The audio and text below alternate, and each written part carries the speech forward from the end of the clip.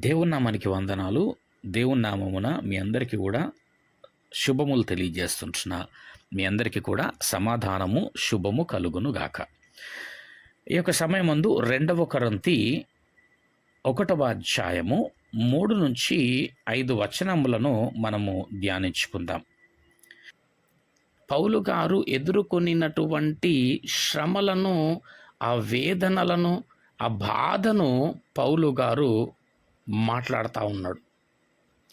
అంటే మేము ఏ విధంగానైతే క్రీస్తు యేసునందు భయంకరమైనటువంటి శ్రమలను, వేదనతో కూడినటువంటి పరిస్థితులను, అవమానములను కావచ్చు, ఇబ్బందులను కావచ్చు, ఇరుకును కావచ్చు, మేము ఏ విధంగానైతే ఎదుర్కొన్నామో అంతకంతగా దేవుడి యొక్క ఆదరణను కూడా మేము అంతగా పొందుకొని ఉన్నవారమై ఉన్నాము అంటున్నాడు ఆయన.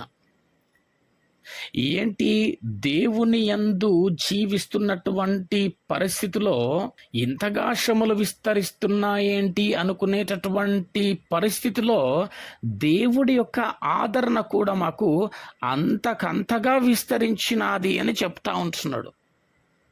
ప్రియమైనటువంటి దేవుని వారలారా, ఇక్కడ దేవుడి కొరకు బ్రతుకుచున్నటువంటి నీవు నీ జీవితంలో ఏ విధమైనటువంటి శ్రమనే కావచ్చు, ఇబ్బంది కావచ్చు, ఇరుకు కావచ్చు, ఆకలి దప్పులే కావచ్చు, అవమానం, నిందే కావచ్చు, ఇట్టి విధమైనటువంటి వ్యతిరేకమైనటువంటి పరిస్థితులు నీ యందు ఎంతగా ఆవరించి అయితే ఉన్నవో ఈ యొక్క వాక్యము ద్వారా నువ్వు జ్ఞాపకం పెట్టుకొనవలసింది ఏంటంటే, అంతకంతగా దేవుని ఆదరణ నీ యందు విస్తరిస్తున్నది అని.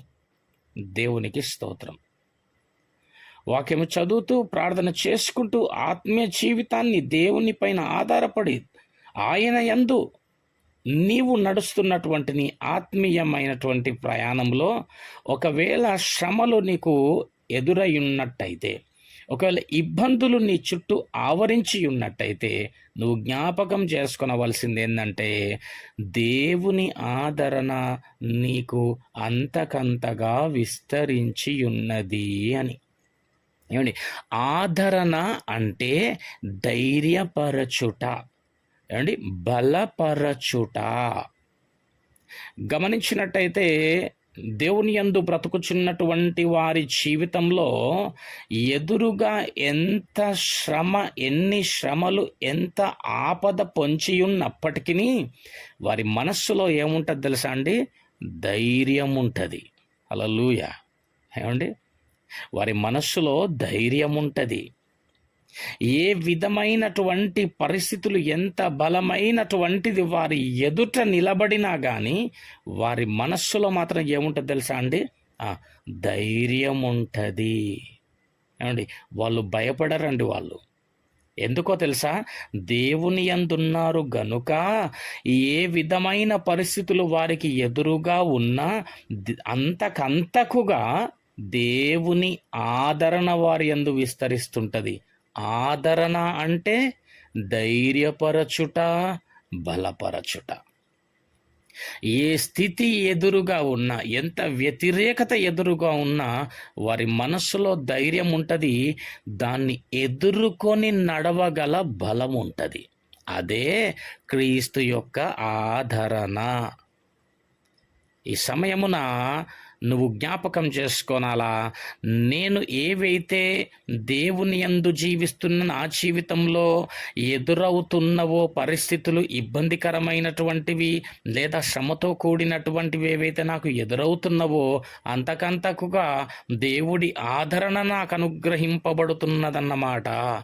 దేవుడు నన్ను ధైర్యపరుస్తాడన్నమాట. దేవుడు నన్ను బలపరిచి ముందుకు నడిపించువాడై ఉన్నాడన్నమాట.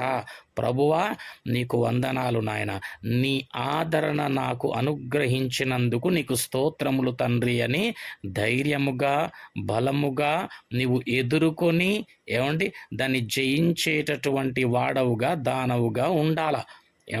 అట్టి విధమైన క్రీస్తు ఆదరణ నీకు అనుగ్రహింపబడి ఉన్నది.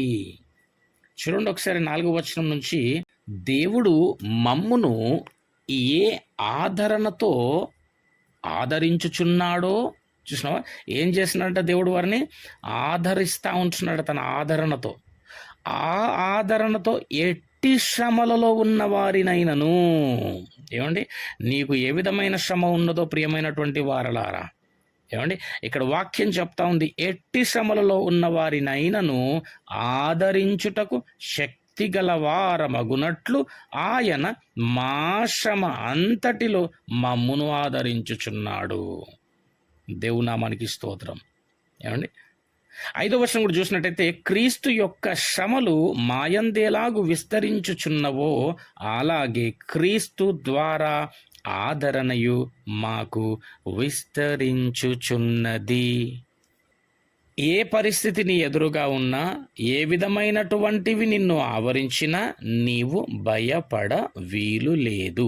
ఏలయనగా బలవంతుడైనటువంటి దేవుడు తన ఆదరణతో నిన్ను ఆదరించనై ఉన్నాడు, ధైర్యపరచనై ఉన్నాడు. వేటినైనా దేనినైనా ఎదుర్కొనడానికి బలపరచనై ఉన్నాడు. ఒకసారి గమనించండి, అన్నీ కలిగి ఉన్నవాడు ఒక లేనివాడి దగ్గరకు వచ్చి, ఏమండి, ఏం పర్వాలేదండి, అంతా బాగైపోతుందిలే, అన్నీ నీకు కలిగిపోతాయిలే, అంతా మంచిగా అయిపోతుంది, ఏం భయపడకు, ఏమి కృంగిపోకు, అంతా బాగవుతుంది అని చెబితే ఇతను ఆ చెప్పిన వాడిని ఏమనుకుంటాడు? భలే చెప్తున్నావు అయ్యా బాబు, నువ్వు గట్టు మీద ఉన్నావు, నీకేం తెలుసు గుంతల్లో ఉన్నటువంటి నా పరిస్థితి, నీకు కూడా నాలాంటి పరిస్థితి కనుక ఎదురైతే తెలిసేది, అవునండి అనుకుంటాం.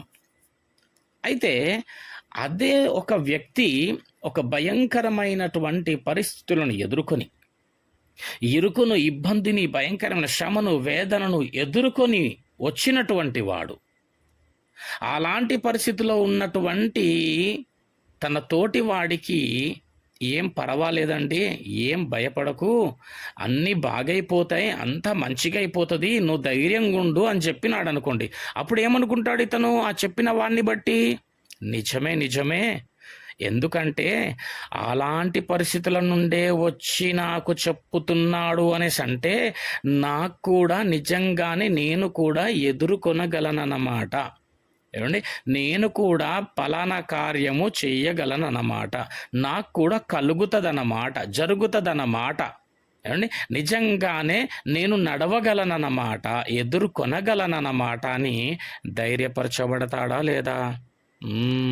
అట్టి విధమైనటువంటి శ్రమలు, ఇరుకు, ఇబ్బంది, వెలవేత, నింద, దూషణ, ఆకలి, దప్పులు, ఏమండి, దిగంబరత్వము, ఏమండి, దొంగల చేత కలిగినటువంటి ఆపదలు, ఏమండి కదా, తన తోటి వారి చేత కావచ్చు, ఎన్నో విధములైనటువంటి ఆపదల నుండి వచ్చినటువంటి వాడు, ఎదుర్కొనినటువంటి వాడు చెప్తా ఉంటున్నాడు. తానే పౌలు గారు ఏమని చెప్తా ఉంటున్నాడు?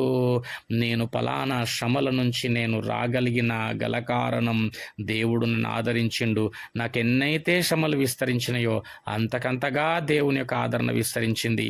అది మీకు కూడా కలిగేటటువంటి, ఎదురవుతున్నటువంటి, ఎదురు కాబోయేటటువంటి ఏ పరిస్థితి అయినప్పటికీ నా దేవుడి ఆదరణ కూడా నీకు అంతకంతగా అనుగ్రహింపబడతది అని వాక్యము సెలవిస్తూ ఉంటున్నది. గనుక ప్రియమైనటువంటి వారలారా, నీవు ఏ పరిస్థితిలో ఉన్నా, ఏ పరిస్థితులు నీ చుట్టూ ఆవరించినా, ఎట్టి శ్రమలు, ఇబ్బందులు నీ చుట్టూ ముట్టినా భయపడకు. దేవుని ఆదరణ నిన్ను నడిపించనై ఉన్నది, నిన్ను ధైర్యపరచనై ఉన్నది. నీ ఎదురుగా ఉన్నటువంటి ఆ బలమైనటువంటి దానిని సహితము ఎదుర్కొనగల బలమును దేవుడు నీకు అనుగ్రహించనై ఉన్నాడు. నిలబడు, ముందుకు కొనసాగు. దేవునికి స్తోత్రములు. ఇట్టి విధమైన ఆదరణ, ధైర్యము, బలము దేవుడు నీకు అనుగ్రహించును గాక. నీవు గొప్ప కార్యములను చేతువు గాక. ఆమెన్.